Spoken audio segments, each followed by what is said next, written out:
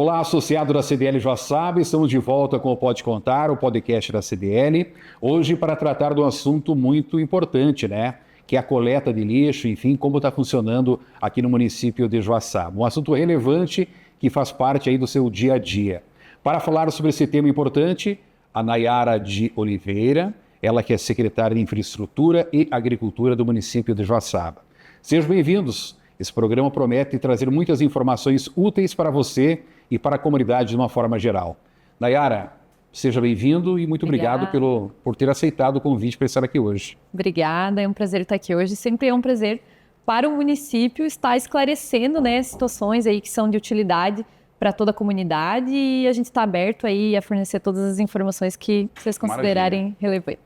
A coleta de lixo hoje em Joaçaba, ela está funcionando a contento da administração municipal? Qual é a avaliação que você faz de um âmbito geral, digamos assim? Então, a coleta hoje, é importante mencionar que ela está dentro de um contrato que eu, pessoalmente, considero defasado. E explico. Esse contrato, esse modelo de contrato, era um contrato previsto na Lei 8666, que ela perdeu a vigência no ano de 2021, quando entrou em vigência a Lei 14133, que é a nova Lei de Licitações. Então, esse contrato atual, ele foi feito lá em 2018, ou seja... A realidade era outra. A realidade era completamente outra. Nós tivemos aí mais de 10 loteamentos abertos desde que esse contrato foi executado. Então, olha o quanto a cidade cresceu desde então, né? Então, além disso, na época, haviam algumas necessidades que hoje, elas são muito maiores. Vou te dar um exemplo. Um problema que a gente vê aqui na cidade referente a resíduos volumosos. Móveis, todos esses resíduos que o pessoal, eu não quero mais isso dentro da minha casa, coloca na calçada e não dá a destinação. E passa dias ali. Exatamente. No nosso contrato lá de 2018, não havia uma destinação para esse resíduo. E ainda não há, né? Porém, essa necessidade existe. Então, quando você diz a contento, eu considero que não está contento, porque essa necessidade existe e hoje o contrato não contempla. E é a impressão que nós temos, que não está funcionando a contento. Exatamente. Mas aí eu te pergunto, como resolver? Se existe um contrato, esse contrato está defasado, como virar essa chave? O que aconteceu? Desde o mês de novembro de 2021, o município iniciou o processo de manifestação de interesse, que chama PMI, é um processo previsto na nova Lei de Licitações, para realizar estudos, né? Foram realizados pela empresa ambiental. Esse edital ele foi aberto para várias empresas, inclusive. Qualquer empresa do Brasil poderia participar, vir aqui estudar e dizer, município... Apresentar a solução. Exatamente. Essa é a solução para a sua problemática hoje. O que aconteceu? De 2021 até 2023, a empresa ficou estudando, né, todas essas variáveis aqui no município e apresentou um estudo dizendo, olha, a solução para esse problema é esse, para o seletivo é esse, para o orgânico é esse, para a disposição é esse. Dentre outros assuntos afins, para atender a legislação do Planares, que é o Plano Nacional de Resíduos Sólidos. Então, o processo de manifestação de interesse, ali, o PMI, de resíduos sólidos, ele não veio só para atender uma necessidade do município, mas a necessidade de atendimento da legislação nacional, né, que é recente, ela é do ano 2020, e todos os municípios, não só Joaçaba, mas todos os municípios do Brasil vão ter que se adequar. A questão é que Joaçaba foi pioneira aqui na região, porque nós tínhamos muito problema relacionado a, por exemplo, a coleta seletiva. Não é abrangente em todos os bairros, ou seja, eu vejo que não está contento. Inclusive, a legislação exige que essa coleta seletiva seja ampliada, se eu não me engano, até o ano 2030 ou 2034. Então, o município se antecipou para já fazer o estudo. Olha, como vamos colocar a implantação da coleta seletiva em todo o município? Então, eu vejo que hoje não está contento, mas o município já está tomando as medidas para, né, tornar a contento no futuro e realizar o processo correto para poder contratar. E em que pé que está essa medida? Foi feito um estudo, foram levantados dados, as soluções foram apresentadas e se transformou num projeto? Exatamente. Eu digo assim? No ano de 2024, esses projetos, né, chegaram para a gente no final de 2023. Eles ficaram em análise quase 4 meses pela equipe técnica interna do município.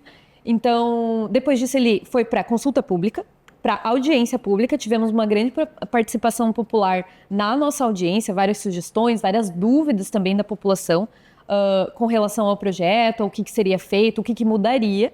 E depois disso, como procedimento, esse é o procedimento do processo, foi remetido ao Tribunal de Contas para análise.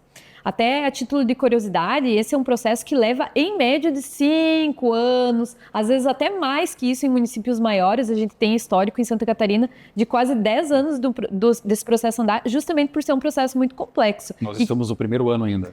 A gente está no segundo ano de análise do tribunal. Então, o tribunal faz vários apontamentos para entender todo o projeto. Para vocês terem uma ideia, é um projeto com mais de 1000 páginas. Então, ele tem vários cadernos. Muita análise. Exatamente. Tem o caderno técnico, tem o caderno financeiro. Não é só Joaçaba, né? Eles seriam o estado todo, né? Exatamente. Então, tem várias concessões acontecendo no estado, processos de concessão. Se eu não me engano, são mais de 10 hoje em andamento, de vários municípios nas proximidades, inclusive. Teve de Rio do Sul, teve de Jaraguá do Sul, tem de Xanxerê em andamento, tem de Chapecó em andamento, mais ou menos na mesma fase que o município de Joaçaba. Passando pelo tribunal, aplica-se, tem mais uma etapa. É que, a partir da aprovação do tribunal, ele passa pelo crivo jurídico, vamos dizer assim. Não há nenhuma ilegalidade, o processo pode prosseguir.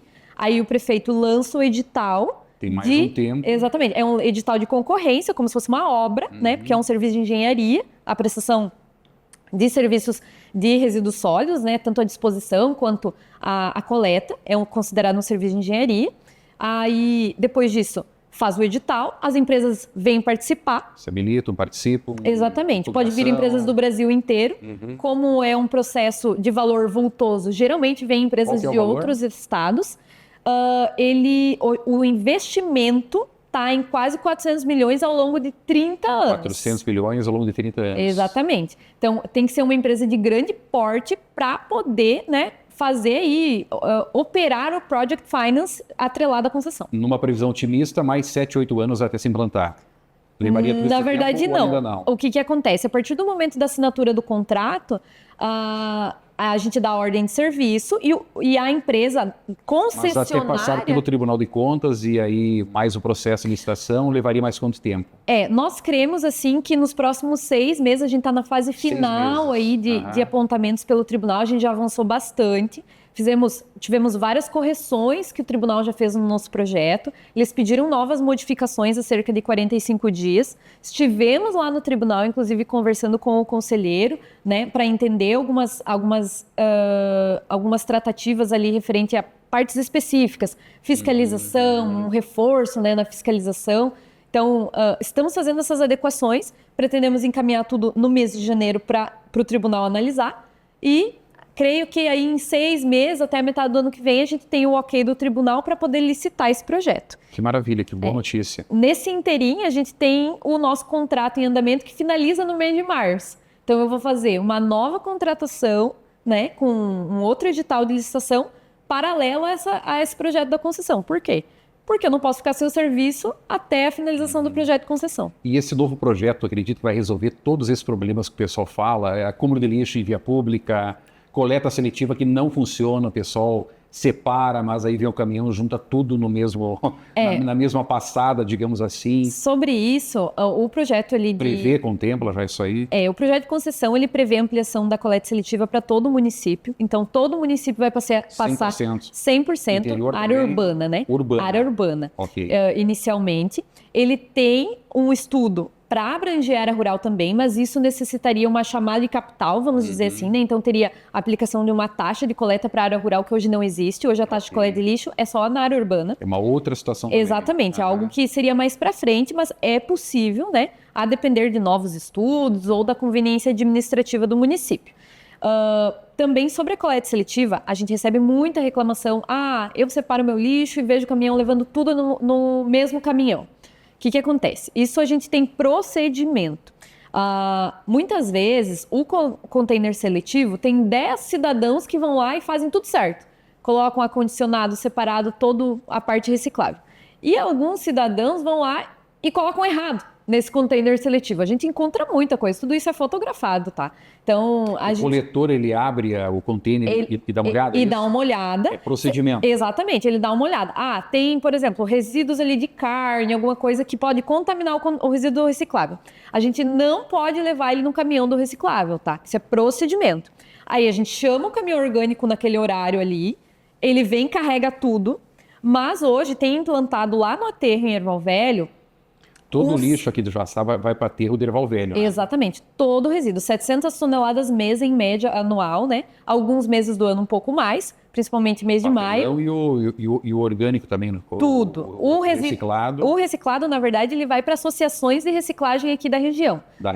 Nós temos 3 cadastrados que têm licenciamento, né?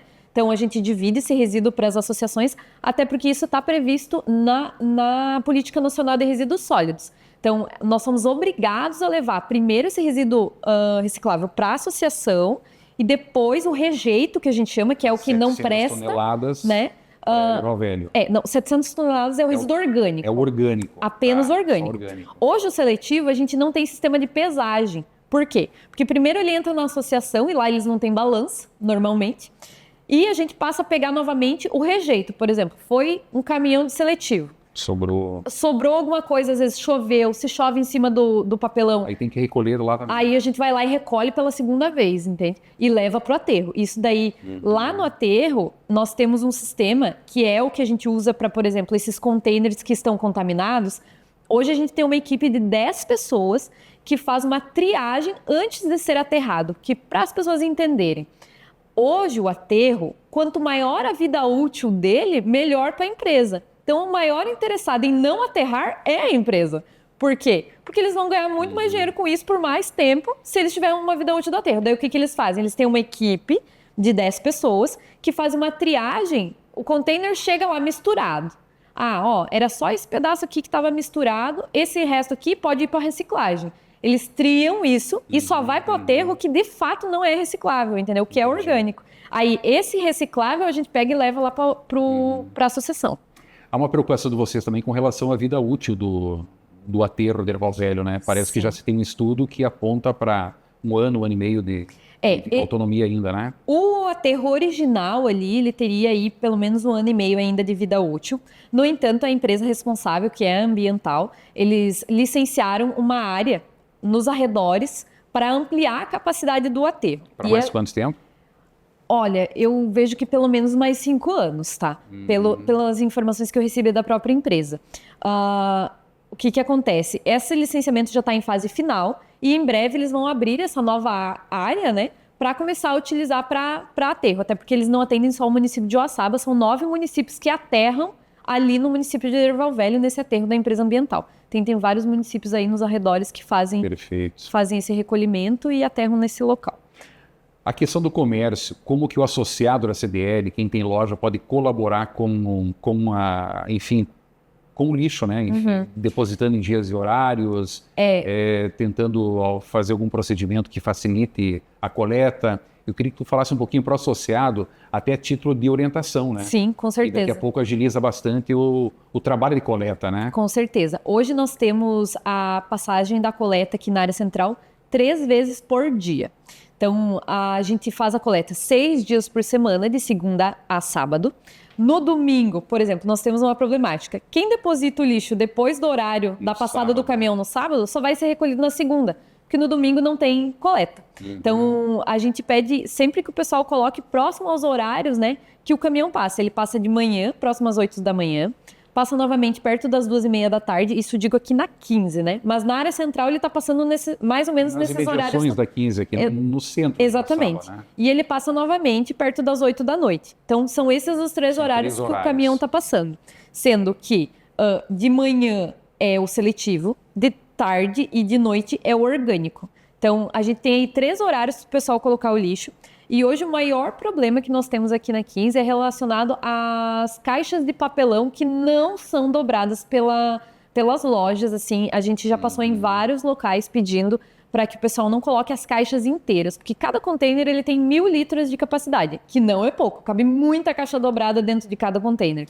E daí o pessoal desmonte a caixa, dobre, corte, facilite o Exatamente. O ideal é que não coloquem as caixas inteiras dentro do container para otimizar o espaço e principalmente não pôr na calçada, porque a gente observa muitas vezes, a gente dá uma passada aqui no centro com o fiscal e com o gerente da empresa e o que nós observamos? Eu tenho isso filmado, inclusive. Abre o container está vazio e na calçada o que tem ao redor? Várias caixas inteiras de isopor de papelão, né, acondicionadas nas calçadas. Então, a gente pede muita colaboração dos associados para que orientem os seus funcionários. A gente sabe que não é o dono da loja que faz isso, que muitas vezes são os funcionários, mas isso tudo é uma questão de orientação.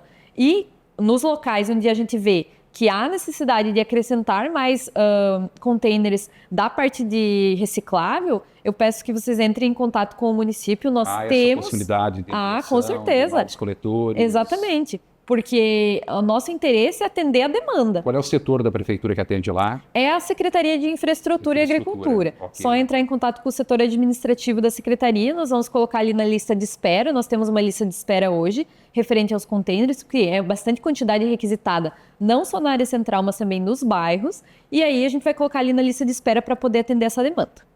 Ok, já avançamos 15 minutos do podcast da CDL, né? Considerações finais, Nayara, foram informações muito importantes, relevantes para os nossos associados. Esperamos que dentro de pouco tempo se resolva toda essa problemática por mais um longo período aí. Com certeza, com certeza. Fique à vontade para... Então, eu agradeço a oportunidade, né, de estar aqui. Eu vejo que esse é um assunto muito pertinente, muito requisitado, inclusive na mídia, e vários problemas que a gente enfrenta são atrelados à parte de resíduos. A gente pede a colaboração da comunidade, principalmente com essa parte aí da dobra, das caixas. Só isso ajudaria muito, inclusive no aspecto da nossa cidade, né? A gente recebe muitos visitantes. Visual, né? Exatamente. A gente recebe cerca de 90 mil turistas por ano, segundo o levantamento da nossa equipe de comunicação e turismo. Considerável, né? Exatamente. Então, tudo isso impacta no aspecto da nossa cidade. Então, hoje o município investe um valor altíssimo com relação à parte de disposição, coleta e nos containers, né, que é o que tem de mais moderno hoje no mundo, em vários países. Eu já tive a oportunidade de observar Buenos Aires, em Santiago, no Chile. É sempre o mesmo sistema de containerização. E em alguns países um pouco mais evoluídos, o sistema de containerização subterrânea que existe inclusive em Balneário Camboriú, aqui em Santa Catarina. A gente não chegou nessa etapa ainda, um dia queremos chegar, mas a gente pede a colaboração da população que faça, né, o acondicionamento dentro dos containers, principalmente, e das caixas com relação à dobra. A gente está também disponível para qualquer informação. Muito obrigado, então. Agradecemos a presença da Nayara de Oliveira, ela que é secretária de Infraestrutura e também Agricultura aqui do município de Joaçaba. Essa foi mais uma edição do Pode Contar, o podcast da CDL. Voltamos numa próxima edição. Até lá!